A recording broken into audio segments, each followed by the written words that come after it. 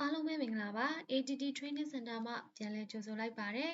အခုတစ်ခါပြောပြပေးမယ်သင်ခန်းစာလေးကတော့ Microsoft Excel 2010-2013တွေမှာ Power Query ကိုဘယ်လိုမျိုး free download ရယူပြီးတော့ edit လုပ်မလဲဆိုတာကိုပြောပြပေးသွားမှာဖြစ်ပါတယ်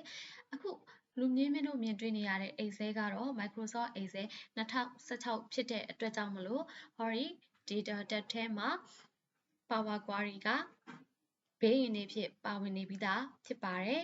Power Query ပါဝင်လဲမပါဝင်ဘူးဆိုတာဘယ်လိုသိရလဲဆိုလို့ရှိရင် Data Tab ထဲမှာဆိုလို့ရှိရင်ဒီဘက်မှာအရှေ့ပိုင်းမှာ Get External Data တွေ Get and Transform ဆိုတဲ့ဟာတွေပါလာတယ်ဒီ group တွေပါလာတယ်ဆိုလို့ရှိရင်တော့ Power Query ကဘေးရင်အနေဖြင့်ပါဝင်ပြီးသားဖြစ်ပါတယ်အဲ့တော့ဟုတ်ပါပြီကိုယ့်ရဲ့ဆက်က Excel 2010ဒုမဟုတ်2013ဖြစ်နေရဆိုလို့ရှိရင်တော့Power Query ကိုဘယ်လိုမျိုး edit လုပ်သွားမလဲဆိုတာကိုပြောပြပေးမှာဖြစ်ပါတယ်။အရင်ဦးဆုံးကိုယ့်ရဲ့ Excel ကဘယ်လောက် page ရှိလဲဆိုတာကိုသိဖို့တော့လိုအပ်ပါတယ်။အဲ့အတွက်ကြောင့်မလို့ကိုယ့်ရဲ့ Excel ဘယ်လောက် page ရှိလဲဆိုတာကိုသွားကြည့်ကြမယ်နော်။ကိုယ့်ရဲ့ Excel ဘယ်လောက် page ရှိလဲဆိုတာကိုသိချင်ရင် file ထဲကနေပြီးတော့မှ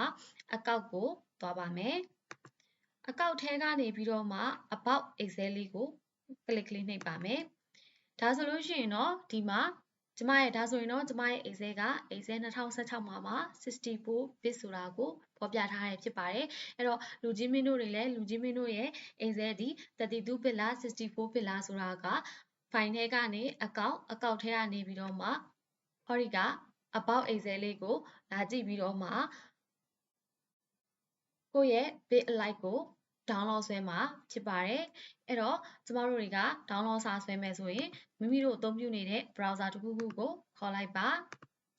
ခေါ်ပြီးသွားတယ်ဆိုလို့ရှိရင်တော့ဒီ browser မှာ add in power query ကိုယ့်ရဲ့ Excel ကဘယ်လောက်လဲ Excel 2013ဆို2013 2010ဆို2010လေးရိုက်လိုက်ပါအဲ့တော့ဒီမှာ Excel မြန်မာကျမကတော့2013ကိုရိုက်ပြပါမယ်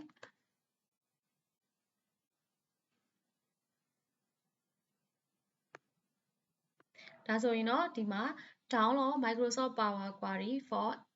Excel ဆိုပြီးတော့မှပါပါတယ်ဒါလေးကို click ချက်နှိပ်လိုက်ပါမယ်ဒါဆိုလို့ရှိရင်တော့ဒါ download ဆွဲမယ် page ကိုရောက်သွားပါပြီအဲ့ဒီအတွက်ဒီမှာ download ဆိုပြီးတော့မှ click နှိပ်လိုက်ပါမယ်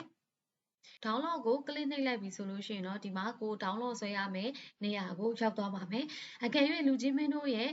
Excel က32 bit ဆိုလို့ရှိရင်32 bit ကိုအမှန်ချစ်ကလေးပေးပြီးတော့မှ download ဆွဲလို့ရရှိနိုင်သလို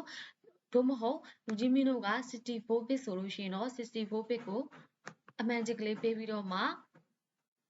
ဒီဘက်က next နဲ့လာပြီးတော့မှ download ဆွဲလို့ရပါတယ်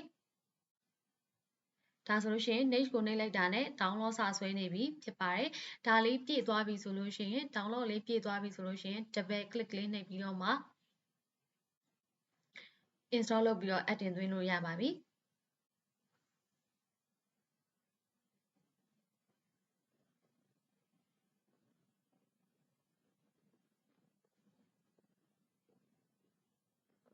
ကျမကတော့ဒီမှာ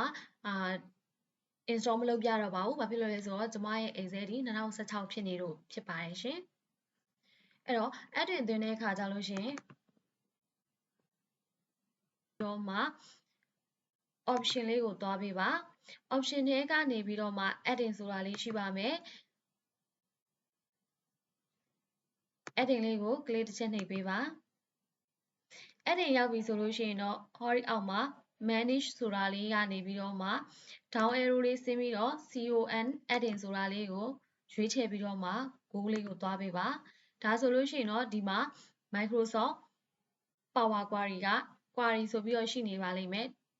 Microsoft Power Query ဒို့မဟုတ်ရှင် Query ဆိုပြီးတော့ရှိနေပါလိမ့်မယ်ဒါဆိုလို့ရှိရင်ကိုလိုချင်တဲ့ဟာလေးကိုအမှန်ချစ်ပေးပြီးတော့ okay လေးနှိပ်လိုက်လို့ရှိရင်တော့ install လုပ်ပြီးတော့ add-in လုပ်ပြီးသားဖြစ်သွားပါလိမ့်မယ်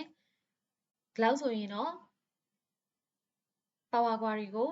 2010-2013မှာဘလို့ add-in လုပ်လဲဆိုတာကိုဘလို့ install ပြုလုပ်တယ်ဘလို့ add-in လုပ်လဲဆိုတာကိုသိရှိပြီလို့မှတ်ယူပါတယ် အားလုံးပဲကြည့်ရှုပေးတဲ့အတွက်ကြောင့်မလို့ကျေးဇူးတင်ပါတယ်ရှင်